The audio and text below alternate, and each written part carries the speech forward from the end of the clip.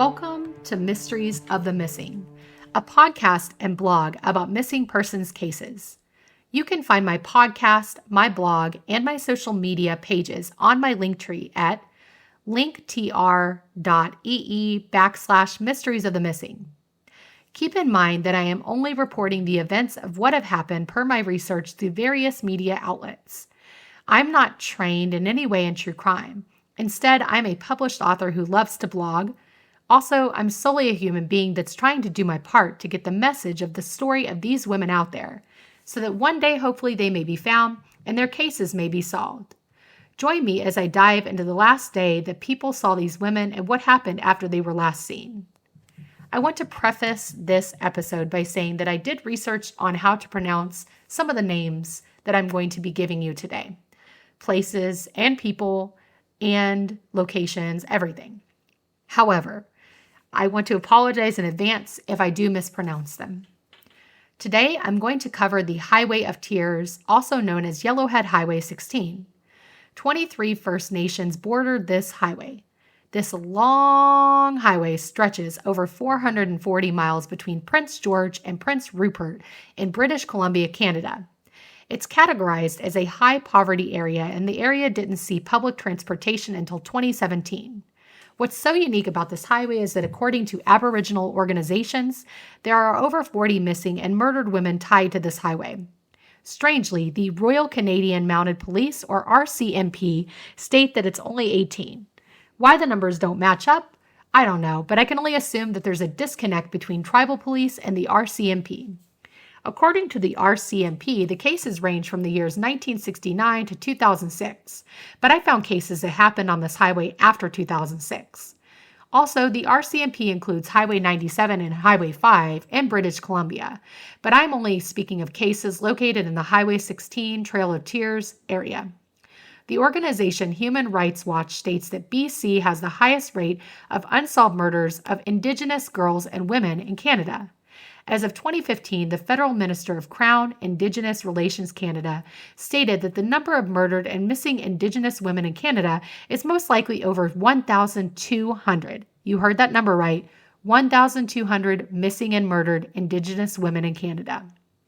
The RCMP investigated the cases from 1981 to 2005. In 2005, the RCMP created a campaign called EPANA. The project was named in part after an Inuit word describing the spirit goddess that looks after souls just before they go to heaven or are reincarnated, according to the Canadian Encyclopedia. This highway reminds me of the Texas Killing Fields, which is an area surrounding I-45 southeast of Houston, where I'm from originally, where since the early 1970s, more than 30 bodies have been found, and specifically to a 25-acre patch of land in Lake City, Texas, where 4 women were found between 1983 and 1991. The bodies along the corridor were mainly of girls or young women.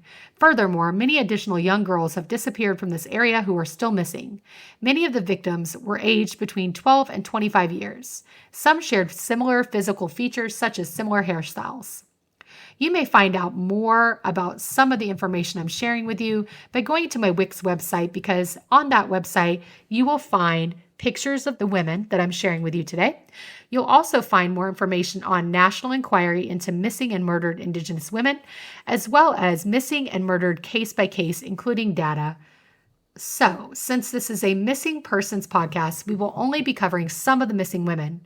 I wish I could cover each and every one of the missing women from the Highway of Tears, but sadly, we don't have much time. Therefore, I can at least give you the names of the ones I won't be covering so you can go do research yourself, and hopefully you'll share some of their stories so that they may be found, or their cases may be solved, or they may get justice. The ones I won't be covering are as follows, so please take note and share their stories and names. Say their names. Tracy Clifton, Helen Claire Frost, Nicole Hoare, Cecilia Ann Nickel, Lena Derrick, Margaret Newski, Mary Madeline George, Tamara Lynn Chapman, Beverly Warbick, Anita Florence Thorne, Frances Brown, and Lorraine Campbell Fabian. You can learn more about the women I'm not covering on the Canadian Encyclopedia website. The first person I'm covering is Jean Virginia Ginny Semper. Jean was born on September 10, 1953, in a First Nations family of Gikson descent. She must have been adopted because her birth parents' names and locations are not known. Jenny was the second youngest of 6 children and was described as quiet, shy, and loved to sing. When she was older, she took care of her siblings and worked at the Royal Packing Company's salmon cannery in Caxton. What's strange about her case is that her boyfriend went missing a month before she did, and his remains were found in the Skeena River after she disappeared. When Jenny went missing on October 14, 1971, the night was cold, but she left her jacket at home. This tells me she didn't leave of her own accord. Jenny was at her mother's house when Violet, her sister-in-law, encountered her crying as she was coming out of the kitchen. When Violet tried to ask what was wrong and go after her sister-in-law, Jenny's own mother said that she would come back and to leave her alone. That happened between 10 and 11 p.m. Alvin, who was Jenny's cousin, was the last person to see her alive. They were walking together along Highway 16 when he said he left to get his jacket and or a bike, and when he came back, she was gone. His house was close to where he left her, so he obviously didn't think she'd be gone when he came back. Alvin believed Jenny was walking to the store that was close to a railroad overpass just outside of town, and he heard a vehicle door close when he was pedaling back to the highway on his bike. When Jenny didn't come home that night, her mother reported her missing the next morning to the Gitsekukul 1 Indian Band office on an Indian reserve in Gitsekukul 1, which is a tundra-like environment in the middle of the Hazelton Mountain Group. Someone at the band office said Jenny's mom needed to wait some time before reporting her missing to the Royal Canadian Mounted Police, or RCMP. Still, the band office sent someone to look for Jenny at her sisters Winnie and Annie's place, but she wasn't there. After talking to some of Jenny's friends, the band office finally went to the RCMP. 2 days after Jenny disappeared, the RCMP finally took out a missing persons case on her. For 8 days straight after she went missing, Jenny's family, the RCMP, and the band office searched the area she went missing from, including the river and the Kitsillas Canyon, and they even used police dogs. It wasn't until 1985 that the RCMP closed the case because they found a report from the Gitsekukul 1 band chief counselor from 1971, 14 years earlier, and the year that Jenny disappeared, that said that she had drowned in 1971. Why did it take 14 years for the band office to report this to the RCMP, and where was her body? Why was Jenny thrown to the wayside? Thankfully, the family complained and the case was reopened. In 2006, the RCMP took DNA from Jenny's family, believing that her case was possibly linked to Robert Picton's victims. For more information, you can see my own Wix website, or you can Google Robert Picton. Jenny's brother Rod claimed he saw the RCMP case file on his sister, which he says stated that there were footprints next to the river that indicated that Jenny might have gone in. When Rod asked the RCMP for a copy of the case file, he was denied.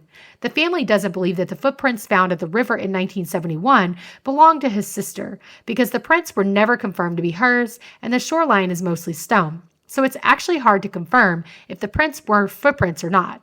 Jenny was upset about her boyfriend's death, but she never left a suicide note. It's normal to be upset about your loved one dying, so this isn't surprising to me, but one may or may not take their own life over it. Jenny wasn't known to be a high-risk person, so her family doesn't believe she ran away. Both Winnie, Jenny's sister, and Rod have spoken about their sister's disappearance with the media, and there were a few newspaper articles put out about Jenny's disappearance, but nothing has been blasted about Jenny besides this. Jenny, if you're out there, your siblings haven't stopped looking for you. If you can, please come home. If you're not able to, I hope you found peace wherever you are. May your case one day be solved. Anyone with information on Jenny's disappearance may call the Gitsekukul 1 administration at 1-250-849-5490, or you may email me anonymously at mysteriesofthemissing2023@gmail.com. The second person we're covering is Delphine Ann Camellia Nickel. Delphine was born in 1975 on a farm near Smithers, British Columbia. She was a part of the Wet'suwet'en tribe. A person who loved animals and adventure, Delphine was only 11 when her dad died and she moved to Telkwa to live with her mother. Sadly, right before her disappearance, Delphine's mother died too. As a result, she went to live with her Uncle Frank Tompkins, who happened to live across the street from her. On the afternoon of June 13, 1990 at 2:00 p.m., Delphine told her uncle that she was going to Smithers, about 9 miles from her home, to meet some friends. She was able to get there by hitchhiking and spent time there until 10 p.m. The friends roamed around town, went to a gas station known as Mohawk Gas Station on the corner of Highway 16 and Main Street. Delphine asked her friends to spend the night, but they couldn't because of school the next day. At 10 p.m., Delphine called her uncle to tell him she was coming home. Then, her friends saw her hitchhiking in the eastbound lane on Highway 16, or the Highway of Tears, in Smithers, British Columbia. Delphine was known to police because she had run-ins with them before. She had been known for theft and mischief, which were minor crimes, and she spent time in youth facilities in the province.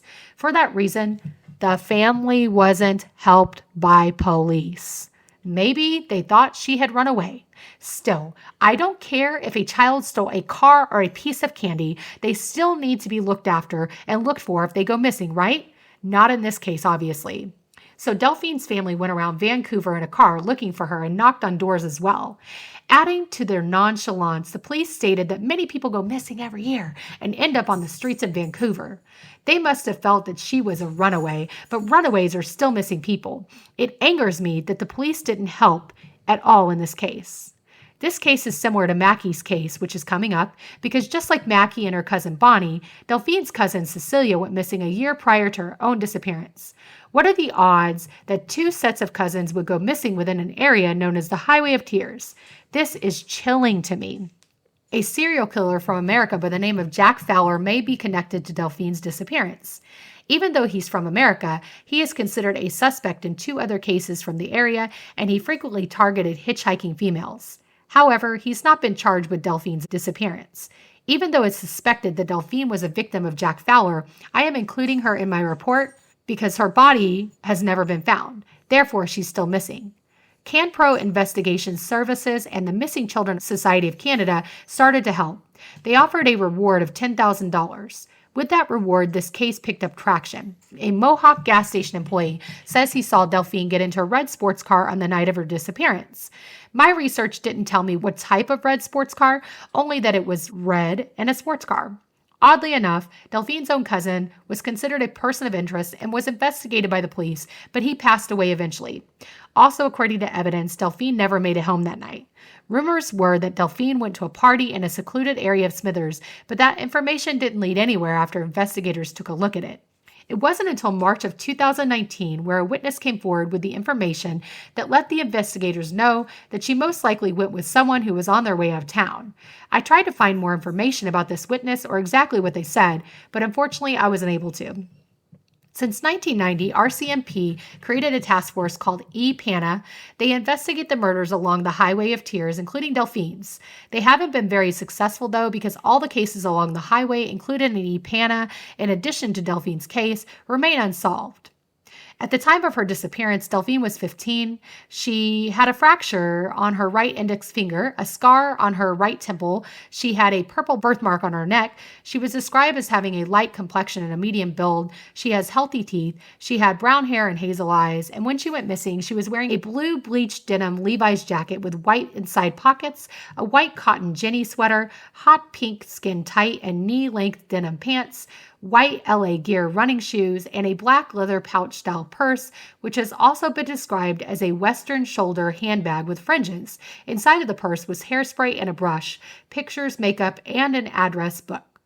Delphine, sadly, I couldn't find any evidence that your family or friends are looking for you, but Canada is, and I am too. You are cared for and not forgotten. I hope you are found one day, and until then, may you find peace wherever you are. If you have any information concerning Delphine's case, please contact RCMP at 250-847-3233, or you may email me at mysteriesofthemissing2023@gmail.com. The last case I'm covering today is Mackie Immaculate Mary Basil. Immaculate Basil, known as Mackie, was born on December 8, 1985, on the Roman Catholic feast of the Immaculate Conception, which is where she most likely got her beautiful name. She had 6 siblings, 2 of whom are deceased now, Samantha and Travis. Her other siblings are Crystal, Ida, Nick, and Peter.